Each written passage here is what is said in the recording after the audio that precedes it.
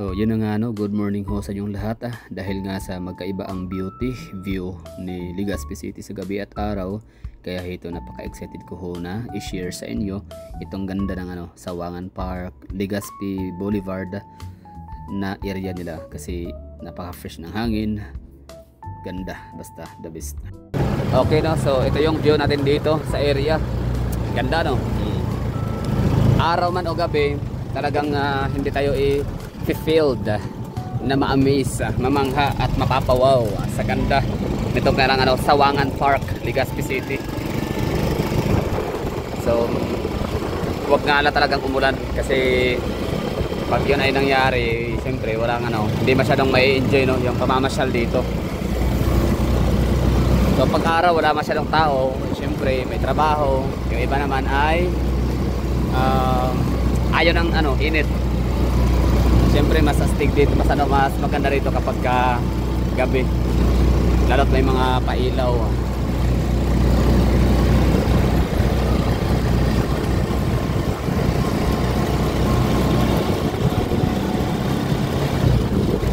So yung pupuntahan natin is yung may nakalagay na welcome to Legazpi or Legazpi, tapos ang kanyang view ay Mount Mayon, pero sorry na lang kasi wala tayong makikitang Mount Mayon ngayon kasi maulan or makulimlim. Kapag pala may bagyo sa may bandang Kabikulan in Samar, itong area to dito no, hinahampas to ng malalaking alon, storm surge. Diba nakatuwa naman kasi talaga no, na hindi lang Davao, hindi lang Sorsogon City, hindi lang Iloilo, and Cebu City is RP ang may magandang coastal road sa Pilipinas. So maging Legazpi City din no, meron sila napakaganda tignan. So congratulations, happy ako para sa mga Bicolano, mga taga Legazpi, Albayenyo. Ano ba tawag sa mga taga Albay? Albayenyo. Pero sige, Bicolano na lang. Pero Bicolano, kasi yan salita, di ba?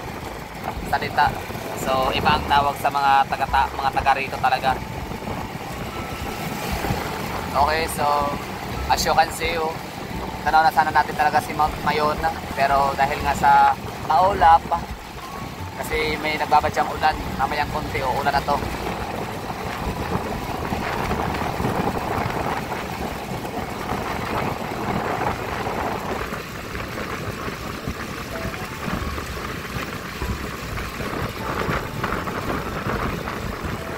Diba? Ganda no? Ganda ng view.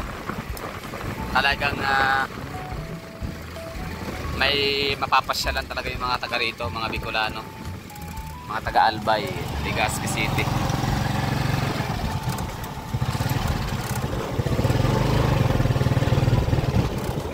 Okay, so we're here sa isa sa pinakasikat, iconic and mga pinaka tourist spots talaga or pinaka-destination ng mga turista dito sa Legazpi City. Actually hindi lang talaga local no, hindi lang mga taga Legazpi hindi lang mga local, mga turista, mga dayo ang pumupunta rito sa lugar na to, maging mga taga rito din, mga local no? Paborito na tambayan, paborito ng pwestuhan, mamimingwit na isda, you know. So kahit pa wala tayong nakikitang araw dito ngayon, wala tayong nakikitang hindi presensya haring araw, kahit pa tawag nito, hindi nagpapakita sa atin si Magayon na Mayon, still papapicture pa rin tayo dito para meron tayong remembrance, di ba? Malay natin. At saka bukas, ulitin na natin, bukas dito pa rin naman tayo, di pa na tayo aalis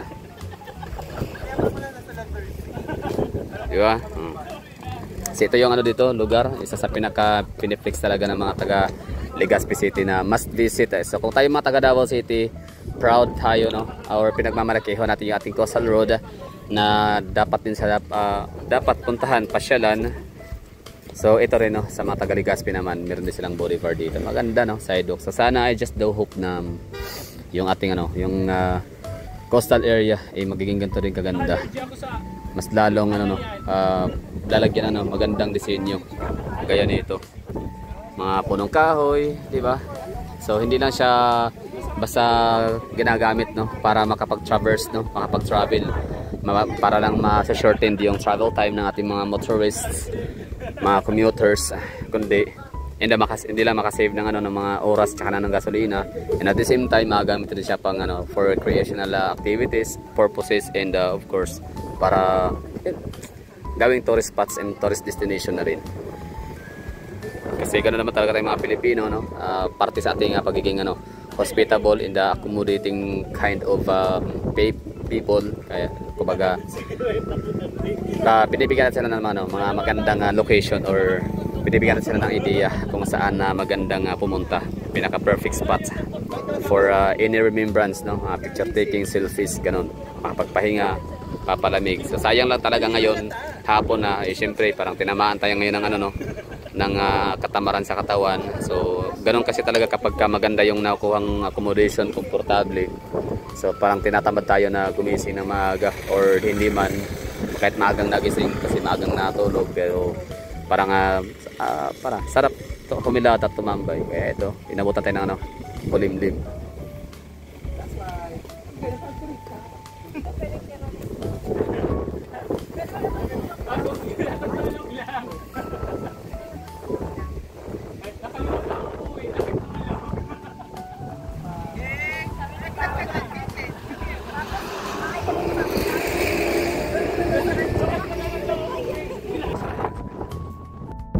So yun, bali yan na nga, pag hindi na talaga to, parang wala ng chance, no, na mapawi ni malakas na hangin itong clouds or fogs, clouds, no, na nakapulupot or na nakatabon kay Magayonon na si Mayon. Magayonon means beautiful, ha. Tapos Mayon is si Mayon volcano or Mount Mayon, isa sa pinakamagandang volcan sa buong mundo. Dahil sa kanyang napaka perfect cone na hugis, meron din siyang siya din ay very active. So sayang nga lang hindi natin siya natantsahan na maaliwalas yung panahon natin para may pakita ko sana sa inyo yung kanyang usok sa pinakatip ng kanyang bundok. Diba, ang ganda lang, no? So that's Mayon. And Legazpi City, hindi siya makikita dito na area.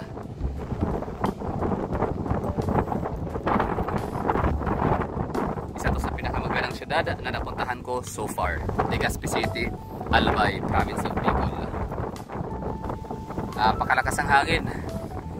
Hindi naman siya Pacific Ocean siya, pero merong mga nakaharang na mga bulubog-bulubog naman, no, sa area na yan. Kaya hindi masyadong delikado na, delikado pa rin ba? Still delikado pa rin, lakas nga ng hangin.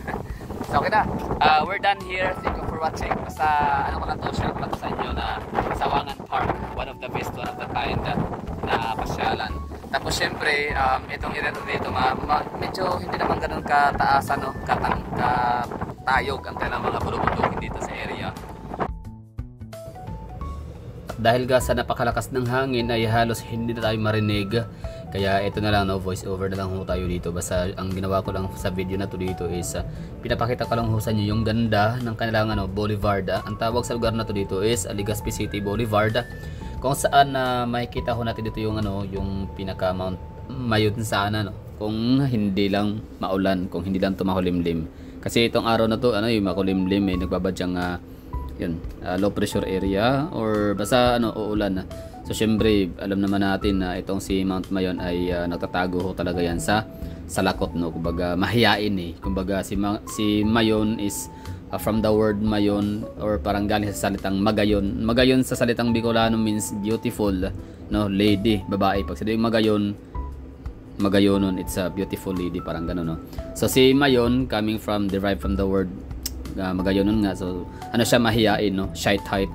Kaya most of the time nagtatago talaga siya lagi sa fogs or sa clouds, gano'n, no. So meron siyang salakot lagi. So napakabihira, napakadalang lang talaga, napaka-rare, no, ng pagkakataon na makita siyang hubot-hubad. Ibig sabihin na bold, no. Wala siyang walang nakapulupot sa kanya na salakot or ng mga fogs, or tawag nito yung Wala pa. Anyway, so ito na yung lugar ho dito. Pinapakita ko lang sa inyo na napakaganda talaga, no? Like Sawangan Park. I don't know kung itong party ba to no, ating kinatatayuan ay party pa rin ba siya ng Sawangan Park. Pero I think parang magkaiba yata ang magkahiwalay, no? Ang Sawangan Park and Boulevard. So itong ano pala Sawangan Park, tiningnan natin sa Wikipedia kung ilan siya ginawa. So ito ay description, Sawangan Park, Legazpi Boulevard. Okay. So magkasama referent pala no, isa lang. Tama ba mga taga Legazpi City, Albay? Let me know in the comment box. So i-share nyo na lang, no. Pwede nyo ako i-correct para meron naman tayong matututunan kahit paano. Kasi dito sinearch naman natin sa Wikipedia pero ang lumabas ito English, Sawangan Park, Legazpi Boulevard, Legazpi City, Albay. So ibig sabihin itong ating kinatatayuan ngayon ay itong Legazpi Boulevard, at yung sa unahan naman kanina sa simula ng ating video, ang tawag naman doon ay Sawangan Park. So parang magkasama, no, or isang project lang sila. So siya ay natapos noong or taken on 18 of April 2023 according to EXIF data. Source sa photographer. Okay, hindi pala. Ito pala tinutukoy niyang kuha. So, ano ba talagang ano dito? Yung pinaka ginawa itong itong Sawangan Park, Legazpi City Boulevard. Kasi naalala ko dati, 2016, andito ako noon. That time, 2016 or 2017, parang nga pala, sige, mga early 2017, dito ako noon sa Legazpi. Due to, parang na-assign tayo sa trabaho, and at the same time, side trip na rin ako, baga namamasyal na rin, tapos trabaho din naman kasi talaga. Tapos ako nakapunta lang dito lagi sa Boulevard ng Legazpi dahil sa namamasyal lang. Pero itong kinatatayuan natin na to dito, yung develop na ito lang Boulevard na meron pasiul, hindi ho to ganito dati ha. Like hindi pa yata to hindi pa siya ganito kaganda. Like meron na siyang daanan gawa ng meron kasing community sa may bandang unahan, merong barangay yata, pero itong daanan hindi pa ganito ka-develop. So hanggang doon lang tayo sa may likod ng Embarcadero de Legazpi nagtatambay. May mga boulders pa yan dyan, may mga doon sa may Sawangan area, sa may intersection. So meron doon parang mga giant boulders na parang nakapile siya as a wave breaker ang kanyang purpose. So yun lang yung area dati na may namimingwit, tapos siya nagpapahangin, tumatambay. And yun na nga, Embarcadero de Legazpi. And no, ako nakabalik naman ng sometime in 2018, I think mga May or June ng 2018 nga. So nakabalik ako sa lugar. Itong area na to dito na aking kinatatayuan, meron na tayo ditong mga pictures no nakuha na kumakain pala dito. Hindi ko lang mahagilap kung saan ko yun natago yung mga larawan na yun na kumain ako dito ng quick mga isaw. Tapos ang ganda na talaga ito kapag kagabi. Pero hindi pa siya ganoon ka-develop pa. Mas maganda talaga ngayon kasi mas marami ng ipailaw, mas marami mga benches, mga parks sa park na pwedeng maupuan na. So, yun. So, sa mga taga Legazpi City, let me know in the comment box kung kailan ba ito ginawa, itong Sawangan, or tama ba yung yung serves in my memory na noong 2016 2017 early first quarter ng 2017 ay hindi pa to ganito kaganda, or hindi pa talaga to tapos itong sa may Sawangan Park and Legazpi City Boulevard. Okay, let me know in the comment box. So, salamat in advance.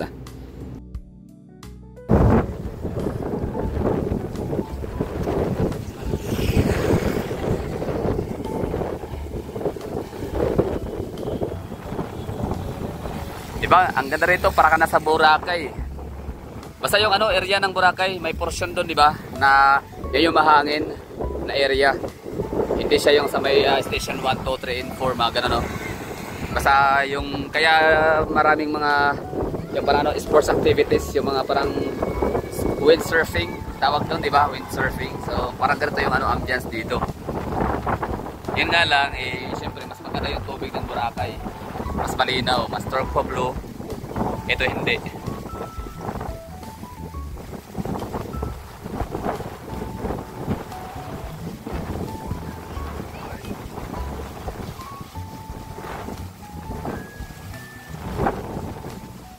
So yung dating mga kinakainan ko dito na parang lang, dampa-dampa, madalito na ng mga bahay na tindahan.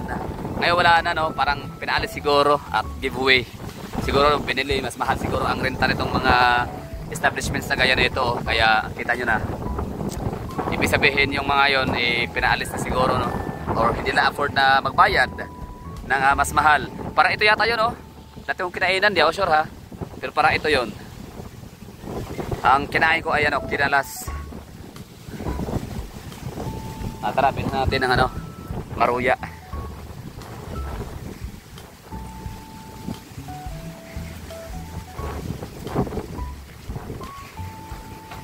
Para ito nga yun.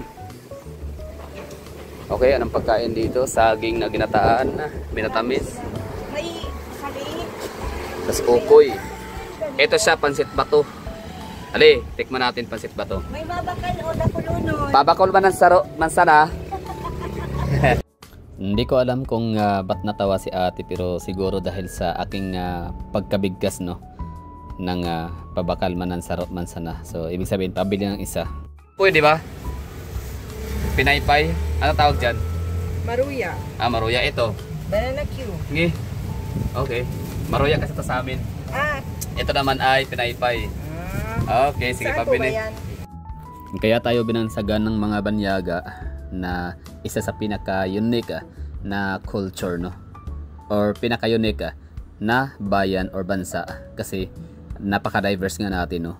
Diverse culture dito sa Pilipinas. Ang dami nating mga tribo, ang daming ethnicity, ang daming lingwahe, salita, ang daming mga terminology na ginagamit pagkakakilanlan sa mga bagay-bagay. Gaya na lang itong pagkain na meron silang pansit bato, sa atin ay hindi, walang gano'n, no? Tapos iba yung ginamos, lahat saging. Ginamos, yung sinakchap na ginamos? saging, oo. Ginamos sa amin is yung ano, bulinaw. Ginawang ano, parang bagoong, sausa na saging. Yung sa may ginamos yan? May ginamos. May ginamos? Yung pinaypay na sinakchap. Okay. Alright. So yun nga, no? Tayo ay nakapag food trip na.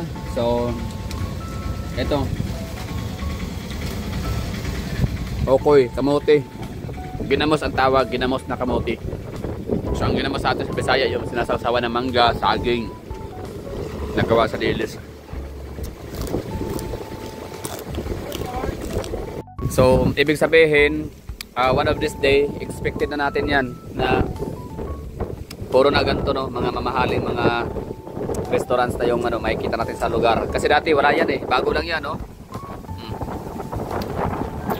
So, ngayon marami na, may mga hotel na rin.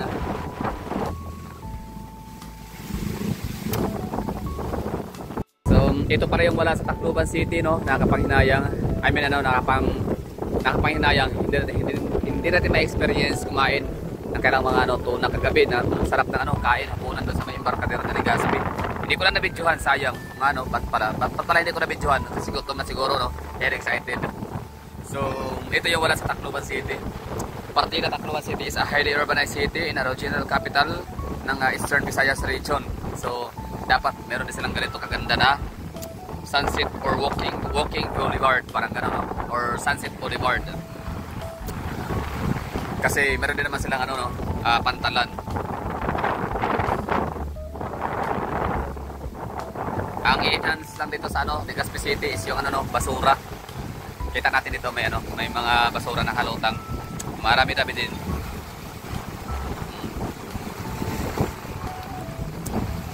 So, kunting linis pa, no? Although hindi naman siya madumi, pero kunting linis lang. Kunting stricto pa lang, no? Ng ano, kunting strict pa more, strictuhan pa ng Legazpi, mas lalong malinis ang mga dati nila, lalo dito sa kanilang ano, karagatan sa may boulevard.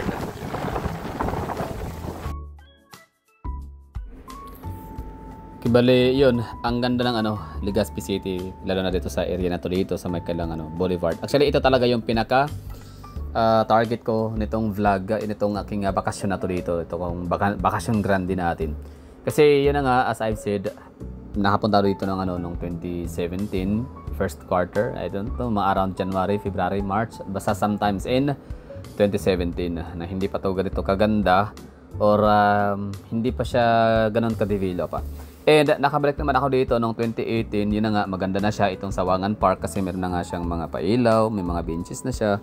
Tapos lalo kapag kagabi, ang problema nga lang ay hindi, parang 2 days lang yata. Basta hindi talaga siya, parang side trip lang talaga yung nagaganap noon nangyari. That's sometime in 2018 naman, no? So like 20 May or June. Basta nasa mga ganong araw lang. So masasabi ko na mas maganda siya ngayon. Ay, ibig ko sabihin, ito yung pinaka the best na gala ko dito sa Legazpi City kasi walang trabaho. Like dati kasi trabaho yun no. Tapos side trip lang, like trabaho whole day, tapos side trip mga ilang oras lang dit at kailangan bumalik sa base sa office. So yun At ngayon in-enjoy ko siya, sinulit ko siya ngayon na papasyalan talaga siya na wala talagang wala siyang ibang magiging transaction kundi purong gala lang talaga siya. Alam niyo yung ganung sit up, di ba? Like wala kang alalahanin trabaho, wala kang alalahanin mga kasama or mga superior na nag-aantay sa iyo or hinaharap ka baka mapaano ka sa labas. Alam yun. So ganun talaga yung setup ko dati sa aking trabaho. Like sinaside trip ko lagi yung paggagala kapag free time or vacant time. And yun na nga bali Legazpi City itong Boulevard. So galing, congratulations mga taga Legazpi City at meron kayong napakagandang Boulevard. So kung merong magandang Manila Bay or SM Bay ng Pasay, Paranaque. Mali pala sa kanina sinabi ko na doon yung binalahan kong oo nga pala, ginamos na special and kamote. pinakamaganda dito talagang mas ma-appreciate natin. Hindi pala so ito pala yun. Mas naging happy tayo para sa mga kababayan natin mga taga Legazpi Pansit pa to or lome or kaya lang facility na to ay libre lang siya para sa lahat. Wala Ito na area. no? For example, So ngayon, marami na or siya yung sabihin public place talaga siya or public space. Hindi siya yung pagmamayari ng isang private entity or private property or private sector na hindi ka pwedeng basta pupunta anytime you want, no? Unlike sa ibig ko sabihin yun na nga, for example sa may MOA by the Bay na hindi ka pwedeng tumagal magdamag kasi nga siya private na may mga gwardyang nagro-roving na parang naninita yata na yun, uwian na. So itong lugar to dito is for free, 24/7 open, no? Wala problema, pwede ka dito tumambay basta wag lang sana magkalat, no? Alagaan din ang yung park, syempre asset ito dito, no? Na pwede niya talagang may pagmalaki at pwede nyong madalhan ng inyong mga bisita. Ganun tayo mga Pilipino, di ba? Very accommodating tayo. So isa yon sa pagiging natin hospitable ay yung dalhin natin sila sa mga magandang lugar na kagaya nito. So ako for example, in my case na taga Davao City ako, sa kapag may bisita talagang nire-recommend ko, pinapasyal ko sila sa Coastal Road, no? Niro-road trip ko sila. Tapos pangalawa, sinasamahan ko sila or tinuturo ko rin sila sa may Barangay Langob, sa may Hilltop, doon sa may Dinysius Camayan na ngayon ay Vista View na yata pangalan, tama, Vista View. And pangatlo sa may Shrine Hills, sa may Jacks Ridge, no? Ano pa bang mga lugar na pwedeng puntahan? So yun lang naman so far. Tsaka yung Ashuela Cove din pala. Although yung Ashuela Cove is different ho yun sa Coastal Road at dito sa kanilang Boulevard, Sawangan Park dito sa Legazpi City, kasi yung sa Ashuela Cove Seaside Promenade ay meron namang entrance fee, or hindi man literal na magbabayad ka ng cash na para makapasok ka, kundi mamimili ka lang, no? You have to purchase at least minimum of 500 pesos para maka-access ka sa kanya napakagandang view na Seaside Promenade. So yun lang, pero still isa pa rin yan sa nagiging asset na or parang mga lugar sa Davao City na dapat puntahan ng ating mga kakilala, mga bisita sa Davao. So dito sa Legazpi City, congratulations kasi meron kayo ditong napakagandang Boulevard. So yun lang, bali next natin puntahan pala nito is ang Legazpi City Public Market. So sana magustuhan nyo pa ang aking mga sumusunod na vlog. Mag-SM review tour tayo, tapos punta tayo ng Daraga Church, pupunta tayo ng Mount Mayon. Mount Mayon hindi, sana lang Daraga Church lang yung view. Tsaka kain tayo ng chili ice cream. Okay?